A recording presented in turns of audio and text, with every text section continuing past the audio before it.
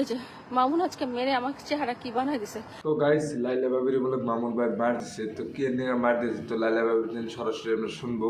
তো লাইলা বাবি আপনারে কেন মামুন ভাই মার দিছে? তাকে 50-60 কোটি টাকা দিতে হবে, নাহলে সে আমাকে এরকম টর্চার করবে।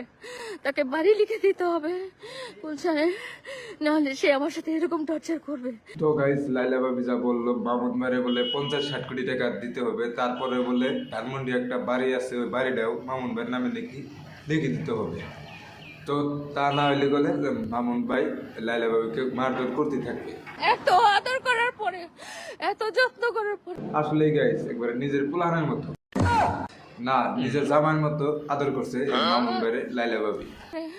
এত এত কিছু অর্জন করার পরে আমি আমি প্রতিদানে এইসব পাইছি, এইসব শিখছে ওর মা বাবার কাছ থেকে। ওরা লোভী।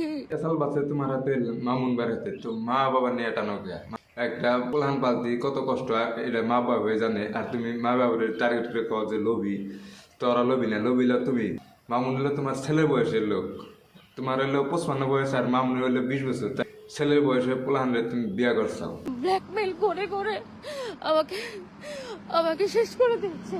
তো ব্ল্যাকমেল তো মামুন ভাই আপনার করে নাই, আপনি মামুন ভাইরে ব্ল্যাকমেল করছেন। কারণ হলো আপনি চেহারা দেখে না, আপনি টাকা পয়সা দেখে মামুন ভাইরে আপনি বিয়ে করছেন। তো এখন তো মামুন ভাই বুঝছে যে আপনার বুড়িকে বিয়ে করে কি লাভ।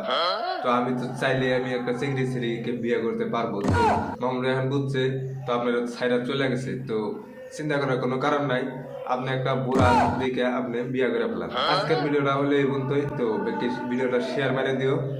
আর যদি নতুন নতুন কেউ দেখতেছো আমার ফেসবুক পেজের মধ্যে মনোয়ারণ ফায়ার, তো ব্যক্তি পেজটা ফলো করে দিও।